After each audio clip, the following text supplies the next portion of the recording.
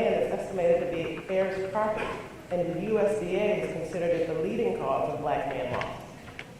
It leads to displacement. There are too many stories I could tell you about families that had land in their families for centuries, or a century at least, over 100 years, 125 years, and were forced to move out of their home or displaced from their land. This happens. This is not just one or two stories of sad events. It happens on a regular basis, and it has happened. But again, it ties to the access to legal services, which we're going to get into later. So now, let's talk about heirs property, what it is. The communities that I touched on earlier, the colonias in southern Texas, Central Appalachia, the Native American community have all struggled with land ownership because of this type of land ownership that is inherently vulnerable. Heirs property is a term that is used to describe land that results when it passes without the benefit of a will. Two or more owners are held, they hold the property as tenants. There is no right of survivorship. So your fractional interest passes to your heirs. And so with each generation, it gets exponentially worse. You can have cases with over 100 people with an ownership interest in a piece of land. So imagine, that's a pretty tangled up chain. But at the end of the day, it's still land, it's valuable, it's a performing asset, and it's a way of economic wealth for that family. So it's worth putting in the work. What are the community impacts? Family disputes and discord, title status.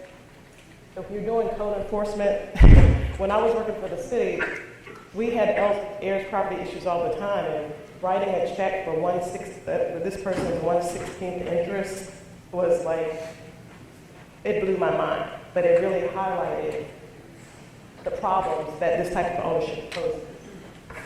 You cannot get any funding or financing to put decent housing on the property. Some of these stories with land loss due to partition abuses, which we'll get into in a little bit. People have been forced to put, trailers on their property that are run down. Google the Texas colonias and just look at how these people are living. And a lot of their arrangements were because they didn't have assets or access to legal services. They were given a piece of land that they paid on for years, like a rent-to-own arrangement, and they had no infrastructure, no utilities, but they were buying what they thought was the American dream. And these are American citizens. I'm not talking about illegals. I'm talking about Texas, and the Texas colonias consist of many American citizens. Most American citizens are living at or below the poverty line. You can't get funding or assistance through FEMA or the USDA. You cannot use it as collateral for a mortgage.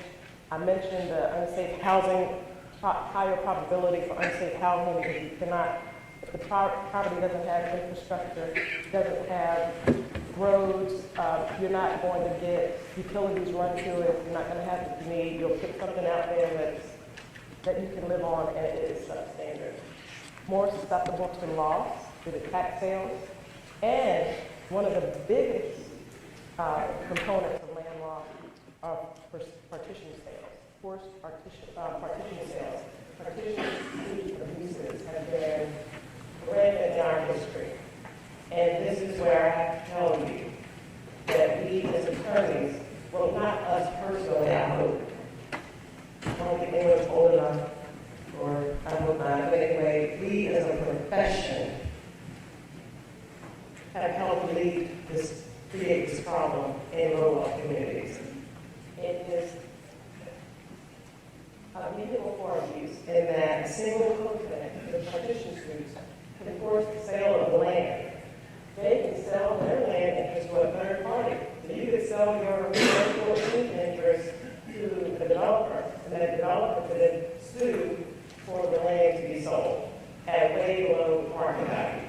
Hilton Head, South Carolina, perfect example of heirs property turned into big money for developers. Now the judge has the ability to decide divided up equally, or I'm going to force the sale.